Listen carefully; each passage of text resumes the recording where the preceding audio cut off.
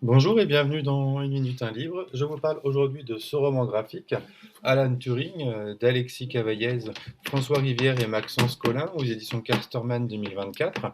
Alors, un roman graphique qui, personnellement, m'a laissé en apnée tout du long. Alors la force du dessin n'y est pas pour rien, et le fait de connaître aussi par avance l'issue également du père de l'informatique non plus. Alors l'ouvrage s'ouvre sur le procès d'Alan Turing en Angleterre au début des années 50, et donc son crime, être gay, ou selon les termes de l'époque, outrage aux bonnes mœurs. Donc un procès évidemment situé et contextualisé, mais qui ne reste pas moins profondément discriminatoire, fondé finalement sur des lois elles-mêmes discriminantes. Donc le récit articule avec finesse ce procès à la vie d'Alan Turing. On connaît souvent le test du Turing, notamment aujourd'hui dans le champ de l'intelligence artificielle, mais finalement peut-être beaucoup moins son parcours scientifique et personnel.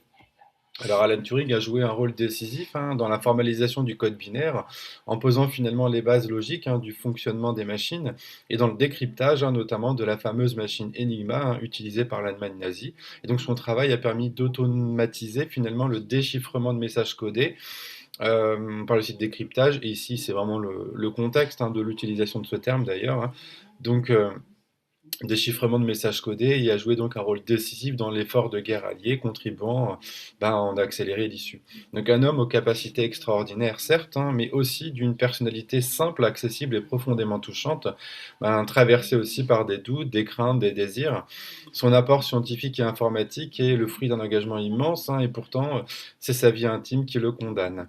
Donc la fin est dramatique et glaçante, une castration chimique, un acte finalement qui constituera la première étape de son suicide, une mort terriblement injuste, une fin d'une injustice absolue et une mort imposée par la loi et par la haine. Donc vraiment un ouvrage littéralement bouleversant que je vous invite à découvrir si vous ne l'avez pas encore lu. Voilà, bonne découverte, bonne lecture et à bientôt.